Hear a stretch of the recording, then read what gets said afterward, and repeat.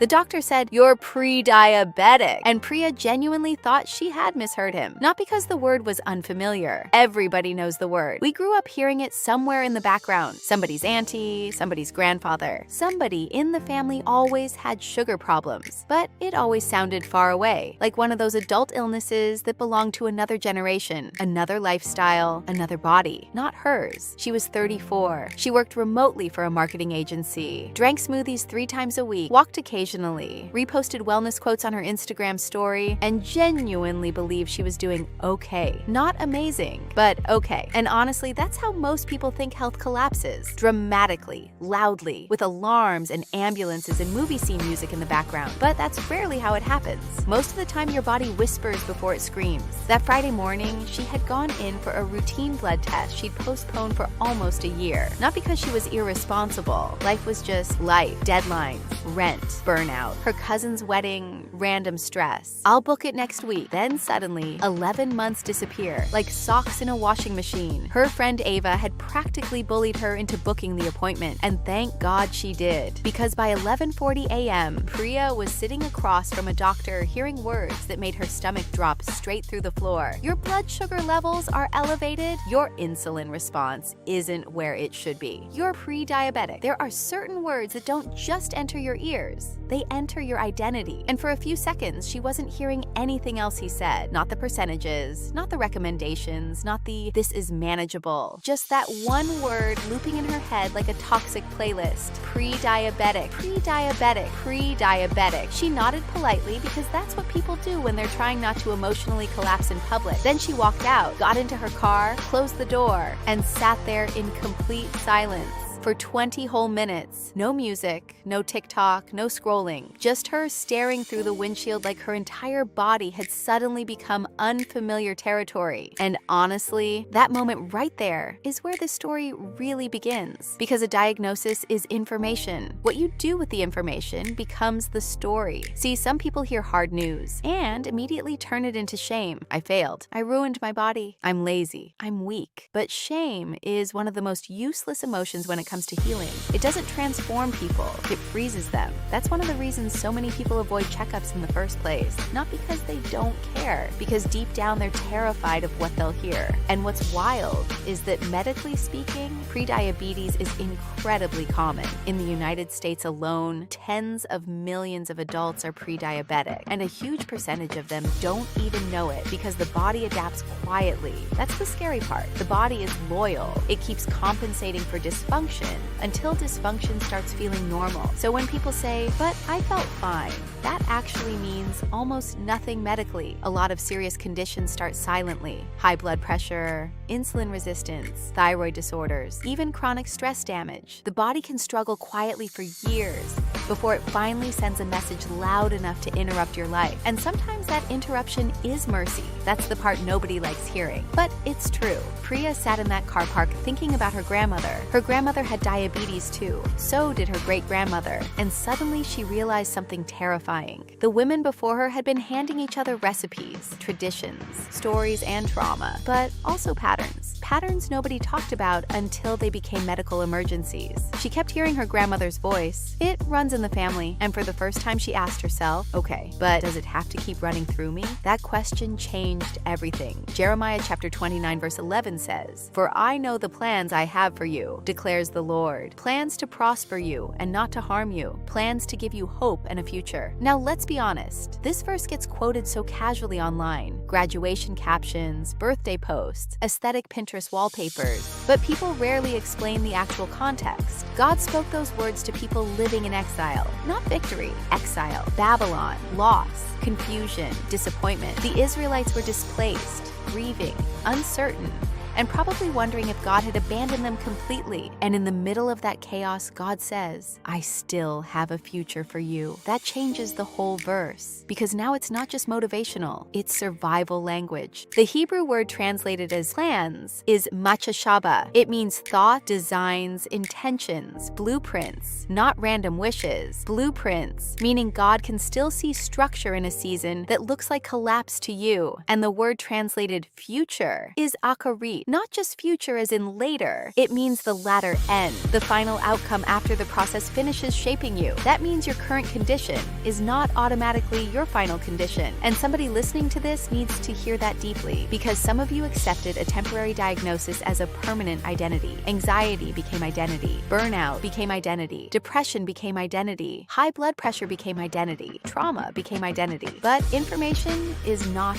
identity. It's information. Priya eventually got out of the car and walked into a grocery store. And this part is almost funny now. She stood in the vegetable aisle looking completely lost. Like genuinely confused, because suddenly all the food she used to buy felt suspicious. The cereal boxes looked demonic. The juice aisle looked like betrayal. Everything had sugar. Everything. She picked up granola and read the label. 22 grams of sugar. She whispered, "You're pretending to be healthy." Honestly, the food industry has mastered rebranding. Dessert became protein snack. Milkshake became energy drink. Candy became wellness bar. Half the supermarket is just marketing in active wear. And this is important because a lot of people think health failure is always personal irresponsibility. But no, sometimes it's ignorance mixed with systems designed to profit from confusion. Priya bought random vegetables she didn't know how to cook, went home, cried for an hour, then did the smartest thing she could have done. She called a nutritionist, not Instagram, not YouTube University, not wellness influencers who survive on iced coffee and delusion, an actual professional. And that decision probably changed her life, because the nutritionist explained something that completely shifted her perspective. "You do not have a moral problem," she told her. "You have an information problem." That sentence healed something in her immediately, because so many people secretly believe struggling with health means they're weak. But the body is chemistry, patterns, systems, inputs, and responses. And once Priya started understanding her body instead of fighting it, everything began changing slowly,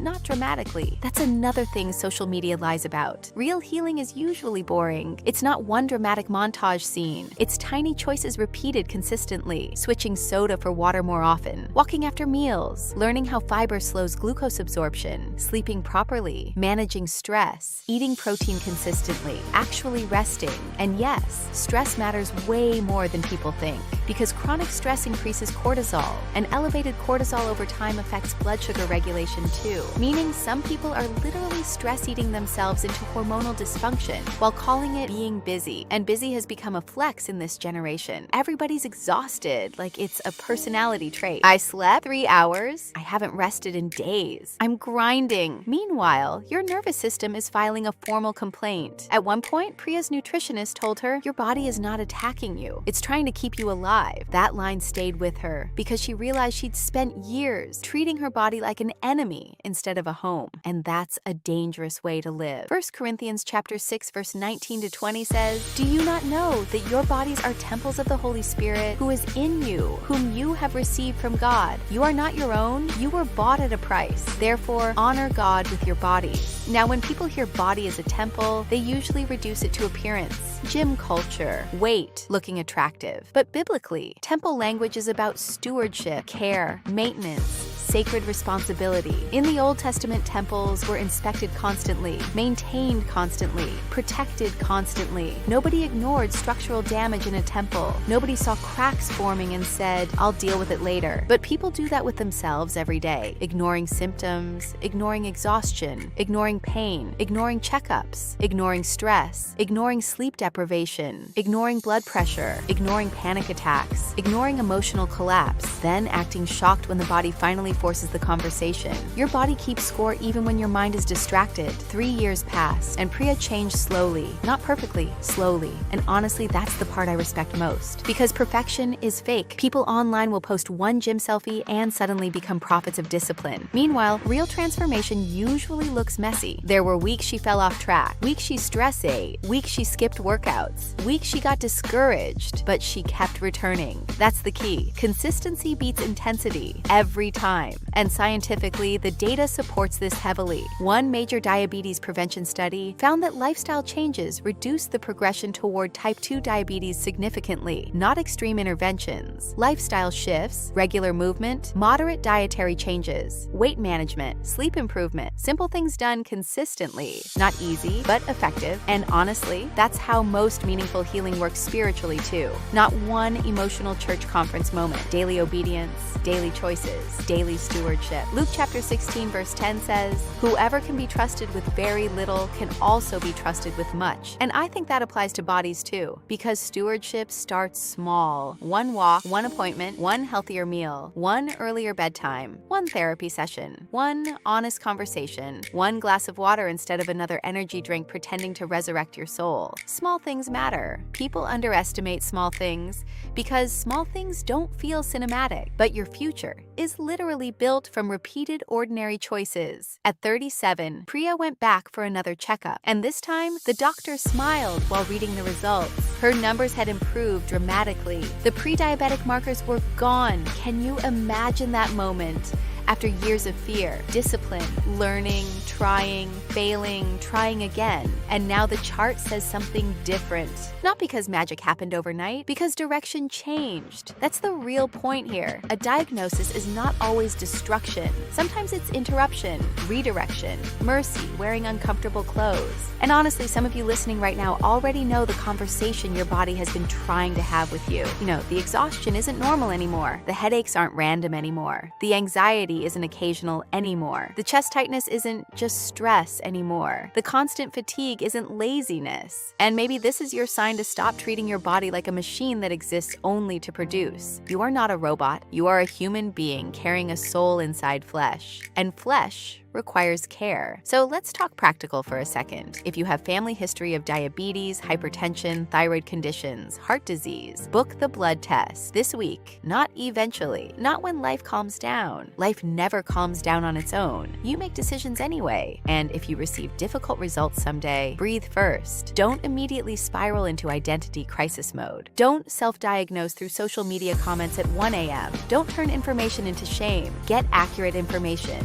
Ask questions, find support, and separate the condition from your worth, because you are not your chart. You are not your diagnosis. You are not your lab result. You are the steward of a body that's trying very hard to carry you through life. Priya said something powerful later on. She told Ava, "I thought the diagnosis ruined my peace, but honestly, ignoring my health had already stolen it." That's real. Sometimes truth hurts first and heals later. Lies comfort first and destroy later. And that's why avoidance is so dangerous, because avoidance feels peaceful temporarily until consequences arrive demanding interest. So no, the diagnosis wasn't the end of her story. It was the sentence that changed the direction of it. And maybe that's what this whole message is really about. Not fear, not guilt, direction. Because direction matters more than where you currently are. You can be tired and still moving toward healing. You can be scared and still moving toward wisdom. You can be overwhelmed and still moving toward life. One honest decision at a time. One informed choice at a time. One day at a time. Take care of the temple. Glory lives there. If something in this landed somewhere tender, if your body, your spirit, something inside you just exhaled, stay with that for a second. Don't scroll past it. Hit like, because there's someone out there who's been running on empty, treating their temple like it doesn't matter. And this might be exactly what finds them. Share it with that friend who needs permission to slow down and take care of herself. The one who hasn't heard the words speak to her body like this before. And subscribe to Bible Rebooted. We're not here to make you feel inspired for 5 minutes. We're here to give you the truth and show you how to live inside it. It's your girl, Sophia Stan, signing out. Like, subscribe, and stream the music. I was running on empty, with nowhere to belong. Then a crack in the shadows, I saw the light of Jesus strong. This is my redemption strong, bought by the blood, made whole and strong. My past is gone, I'm finally free. His grace is the only truth I see. Yeah.